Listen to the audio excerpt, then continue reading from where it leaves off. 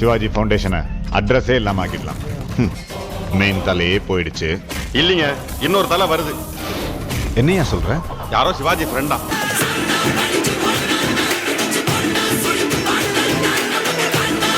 கருப்போட one line என்னன்னா ஊழல். ஒரு கேஸை நடத்தி முடிக்க எவ்வளவு அலையணும், எவ்வளவு லஞ்சம் கொடுக்கணும், லஞ்சம் கொடுத்தும் கேஸ்ல ஜெயிக்க முடியாது. இந்த கான்செப்டை ஒரு பேட்டர்னா வச்சு கோர்ட்ல கட்ட பஞ்சாயத்து நடத்திட்டு இருக்கவர் தான் இந்த படத்தோட வில்லன். வக்கீல்ல இருந்து ஜட்ஜ் வரைக்கும் அந்த கோர்ட்டே ஒரு கரப்டடான கோர்ட். அப்புறம் சார் வரலைங்க ஐயா. Case passed on to next month second. Binu fees transfer பண்ணிட்டியாமா? போலீஸ் தரப்புல இருந்து யாரும் வரலைங்க ஐயா. Case pass on to next month 15th. அங்க ரெண்டு பெரிய கேஸ் வருது. வில்லன் கிட்ட ஜட்ஜ், மினிஸ்டர், ரவுடிஸ்னு எல்லா பவரும் இருக்கும். இவ்வளவு பவரோட இருக்க இந்த வில்லன் கேங் கிட்ட இருந்து அந்த ரெண்டு கேஸுக்கும் நீதி வாங்கி கொடுக்க, இது எல்லாத்துக்கும் மேல அதிக பவரோட இருக்க ஒருத்தர் வராரு. அவரு எப்படி நீதி வாங்கி கொடுக்குறாரு, இந்த டோட்டல் கரப்ட் சிஸ்டமையே எப்படி மாத்துறாரு அப்படிங்கிறது தான் கருப்பு படத்தோட ஃபுல் ஸ்டோரி. நீ யாரை வச்சு இனிமே இந்த கேஸ் நடத்துற நான் பாக்குறேன். படம் பார்த்தவங்களுக்கு பார்க்காதவங்களுக்கு கூட ஆல்மோஸ்ட் தெரிஞ்சிருக்கும் அந்த பெரிய பவர்னு நான் யாரை மென்ஷன் பண்றேன்னு. ஆனா நான் சின்ன ஸ்பாய்லர் கூட இல்லாம இந்த ரிவ்யூ சொல்லணும்னு நினைக்கிறேன். ஏன்னா இந்த படம் தியேட்டர் எக்ஸ்பீரியன்ஸ்க்காகவே எடுக்கப்பட்ட படம். எந்த ஸ்பாய்லரும் இல்லாம படம் பார்க்கும்போது செம்ம கிக்கா இருக்கும். அதை நான் கெடுக்க விரும்பல. நீங்க இந்த படத்தை மிஸ் பண்ணாம தியேட்டர்ல பாருங்க. ஒரு ஹீரோ 13 வருஷமா எல்லாரும் கொண்டாடுற மாதிரி ஒரு படம் தியேட்டர்ல கொடுக்காம இருக்கும் போது இவ்வளவு வருஷ சர்க்கிளை மக்கள் கிட்ட இருந்து மறக்கடிக்கிறது அவ்வளவு ஈஸி இல்ல. அதுக்கு ஒரு 2-3 ப்ராப்பர் ஹிட்டாவது தேவைப்படும். ஆனா சூர்யா 13 வருஷத்துக்கு முன்னாடி விட்ட ஃபார்ம இந்த படத்தோட இன்ட்ரோ, இன்டர்வல் அண்ட் கிளைமேக்ஸ் இந்த 3 சீன்லயும் தட்டி தூக்கிட்டாரு.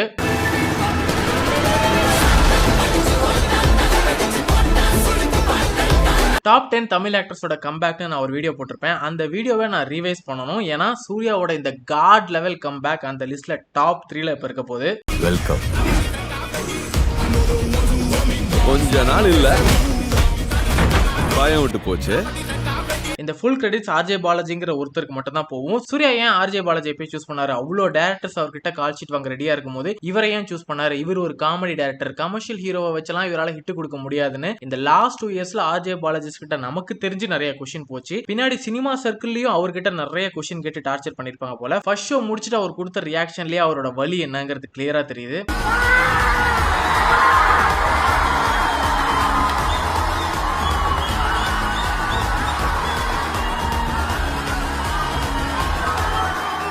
கருப்பு படத்துல சூர்யாக்கு ஈக்குவலான கேரக்டர் ஆர்ஜே பாலாஜிக்கும் இருக்கு. அவரோட கேரக்டரையும் வேற லெவலா பண்ணியிருந்தாரு. அண்ட் எல்கேஜி மூக்குத்தி அம்மன்லாம் அவர் டைரக்டரா காமிச்சது ஜஸ்ட் ஒரு ட்ரெய்லர் தான். ரொம்ப வருஷமா சக்சஸ்ஃபுல் கமர்ஷியல் டைரக்டர் ஒரு படம் எடுத்தா எப்படி இருக்குமோ அந்த மாதிரி அவரோட 3rd டைரக்ஷன் படத்துல இறங்கி சம்பவம் பண்ணியிருக்காரு. சினிமாட்டோகிராஃபி, டயலாக், ஸ்கிரீன் பிளே, ஒவ்வொரு கேரக்டரோட ஆர்க், அந்த கேரக்டர் பேசுற டயலாக்ஸ், அந்த கேரக்டர்ஸோட ஆர்க்க மெயின் ஸ்டோரிக்கு அவர் கொண்டுட்டு போற விதம்னு டைரக்டரா ருத்ர தாண்டவம் ஆடி இருக்காரு.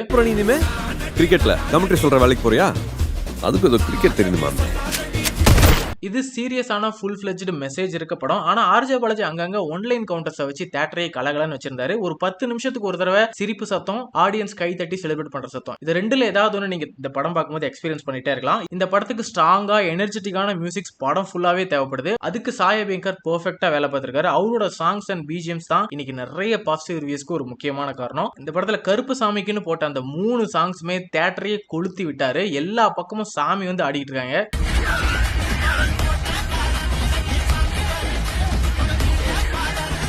அப்புறம் சில ரெஃபரன்ஸும் இந்த படத்துல இருக்கு. சூர்யாவோட பழைய படங்கள், அப்புறம் விஜய் அஜித் ரெஃபரன்ஸ், இந்த மாதிரி கொஞ்சம் ரெஃபரன்ஸ் இருக்கு. பட் அது எதுவுமே திணிச்ச மாதிரி இல்ல. எல்லாமே என்ஜாய் பண்ற மாதிரி இருக்கு. ஃபேமிலி ஆடியன்ஸ்க்கு அந்த ஒன்லைன் கவுண்டர்ஸ் அப்புறம் இந்த ரெஃபரன்ஸ் எல்லாம் செம்ம ட்ரீட்டா இருக்கும். கையில துப்பாக்கி கிடைச்சா யார் என்னன்னு பார்க்காம நீட்டிடுவியோ.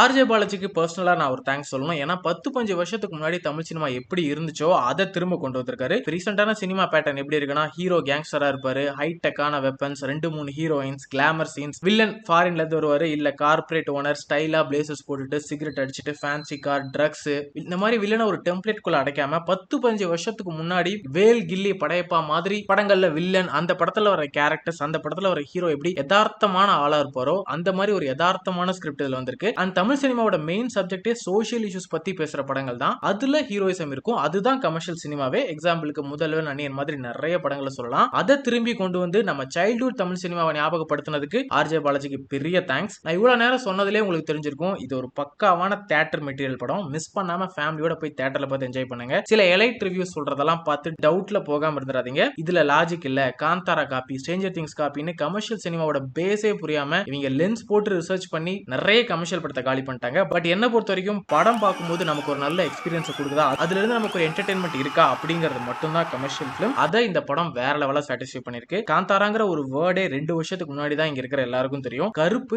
காலங்காலமா தமிழர்கள் கொண்டாடிக்கிட்டு இருக்க ஒரு கடவுள். இன்னைக்கும் கிராமங்கள்ல பல பேருக்கு குலதெய்வம் இந்த கருப்புசாமி தான். தெருவுக்கு தெரு கோயில் இருக்கும். கருப்பு அப்படிதான் ஆக்ரோஷமா ஆடுவாரு. இது காந்தாராவை பார்த்து ஆடினாரு அப்படின்னு சொன்னீங்கன்னா உங்களை விட பெரிய தற்குறி தமிழ்நாட்டிலே இல்ல. இப்படியும் நம்ம சொல்றதெல்லாம் நம்பிக்கை இல்லை அப்படின்னா யூடியூப்ல போய் கருப்புசாமின்னு சர்ச் பண்ணாலே எத்தனை பேர் வேஷம் போட்டு இந்த படத்துல எப்படி ஆடினாங்களோ அதே மாதிரி ஆடிட்டு இருப்பாங்க. அதை பாத்தீங்கன்னாலே உங்களுக்கு தெரியும் யாரு காப்பி அடிச்சா அப்படின்னு. நம்ம தான் எல்லாத்துக்குமே ஓஜி. தமிழ்நாட்டுல இருக்க காவல் தெய்வங்களை வச்சே 1000 படங்கள் எடுக்கலாம். அவ்வளவு ஸ்டோரிஸ் நம்ம ஊர்ல கொட்டி கிடக்கு. சோ எந்த ரிவ்யூஸும் நம்பாதீங்க. நான் ஒரு சினிமா ரசிகனா சொல்றேன், இது தியேட்டர்ல பார்த்து என்ஜாய் பண்ண வேண்டிய படம். என்னோட ரேட்டிங் 5க்கு 5 நான் கொடுப்பேன். படம் பார்த்தவங்க உங்க ரிவ்யூ என்ன அப்படிங்கறத கமெண்ட்ல சொல்லுங்க. ஆர்ஜே பாலாஜி ப்ரமோஷன் ஈவென்ட்ல சொன்ன மாதிரி சூர்யா அவரோட த்ரோனுக்கான வேலையை பார்க்க ஆரம்பிச்சிட்டாரு. சூர்யா அந்த நம்பர் 1 பிளேஸை நோக்கி இந்த படத்துல இருந்து போக ஆரம்பிச்சிருக்காரு. பாப்போம் இதுக்கப்புறம் கோலிவுடோட ட்ராக் எப்படி போகுது அப்படிங்கிறது. ஃபைனலா ஒண்ணே ஒன்று தான் சொல்லணும். The king is coming for his throne.